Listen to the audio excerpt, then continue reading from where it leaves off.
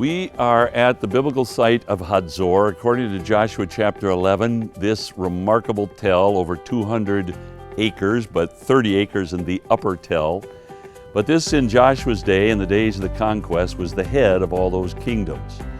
And it's an excellent place to just ponder God's purposes and strategy in fulfilling a promise He made to His covenant people, because God had told Israel that He was going to give them houses to live in that they never built, and walled cities to inhabit that they never built, and even vineyards to harvest that they never planted.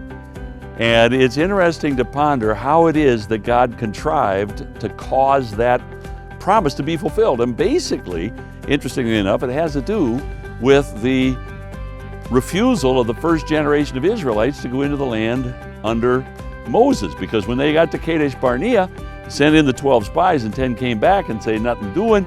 And so God says, all right, as a matter of fact, I like to say that what they said was, would to God that our bodies would lie, our corpse would lie in this wilderness. And God said, you know what, that can be arranged.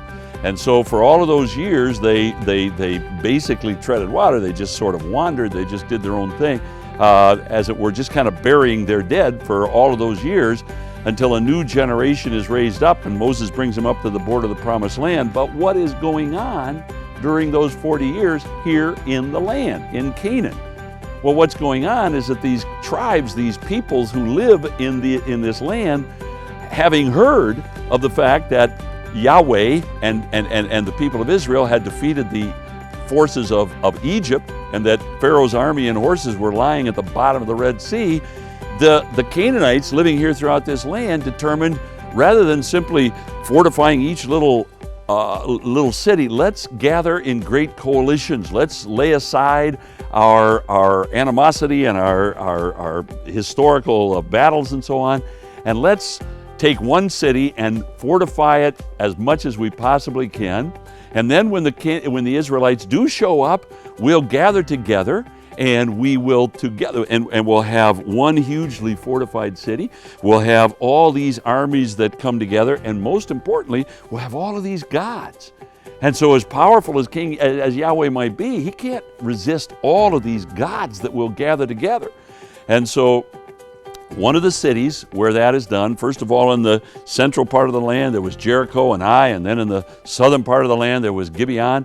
But up here in the north, it was Hazor. And Joshua 11, verse 10 says that Hazor was the head of all of these kingdoms. And so as the Israelites were on the march, the king here by the name of Jabin calls all of those kingdoms. It's recorded very carefully in Joshua chapter 11, calls all of these kingdoms together with all of their chariots, armies, and all of their gods. And here, God gives the victory to Joshua, and this city is destroyed.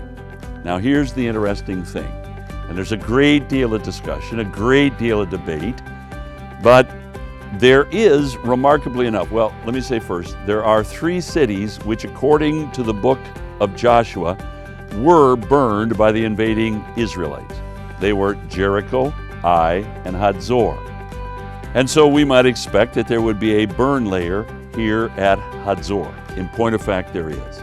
And it's really a very visible and helpful burn layer. You can see it very, very well. But here's the problem.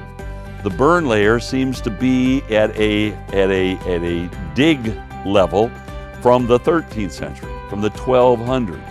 And yet the Bible says that Joshua came here in the very beginning of the 14th century, around 1399. So why is it that, and as a matter of fact, this has been used as a primary argument that the biblical record and the biblical chronology cannot be correct. Well, I would like to suggest, and I think the archaeological evidence is very strong, that in point of fact, this is a later burn level.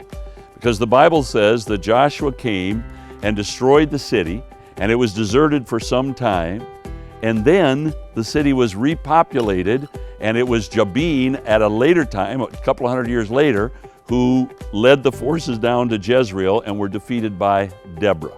So after Joshua, there was a later time when Israelite armies, specifically the army of Deborah and Barak down there at Mount Tabor on the valley of Jezreel, destroyed Jabin. Now, here's a curious thing, 2 things. Number 1, the Bible does not say in the book of Judges, chapters 4 and 5, that Deborah came up here and destroyed and burned the city. But it makes all the sense in the world. And one of the curious things that archaeologists take note of here in this burn layer that we have before us is that in destroying the city at that time, whoever that enemy was who conquered this city, they were careful to smash all of the gods. And the place was fairly littered with broken idols and images and so on. And you need to understand that never is done by a marauding army, because in the polytheistic world, if you conquer another nation, you carefully carry off their gods and add that to your god shelf. You're going to be the more powerful because you're not the more gods. And so who but Israel would carefully, and it was an effort of some engineering to totally destroy and demolish those pagan gods. So I think it's clear, there is very clear evidence that this is a destruction by Israelite armies. It happened in the 13th century, and that fits perfectly with Deborah, both chronologically and in terms of the narrative. But what about the earlier destruction? What about the burn layer under the days of Joshua? Well, shouldn't we find a destruction layer there? Well, in point of fact, lower on the tell, they have found exactly that. And there is another burn layer. And I think that earlier burn layer should be understood as remembering the destruction by Joshua. And the Bible is explicit that he burned the city when he did it. And now a second burn layer, very visible, very accessible, very interesting. But I would argue, and many with me, and I think this reflects exactly what the Bible teaches, this is the burn layer of the days of Deborah. And thus the two burn layers, and by the way, the period of desertion in between, which is clear in the record, and the anomaly of the false gods, that is, the idols being destroyed and so on, all of it fits perfectly with the biblical record and the biblical narrative in both in terms of the narrative itself and the chronology, which is demanded by 1 Kings 6:1, is entirely honored when this place is properly read.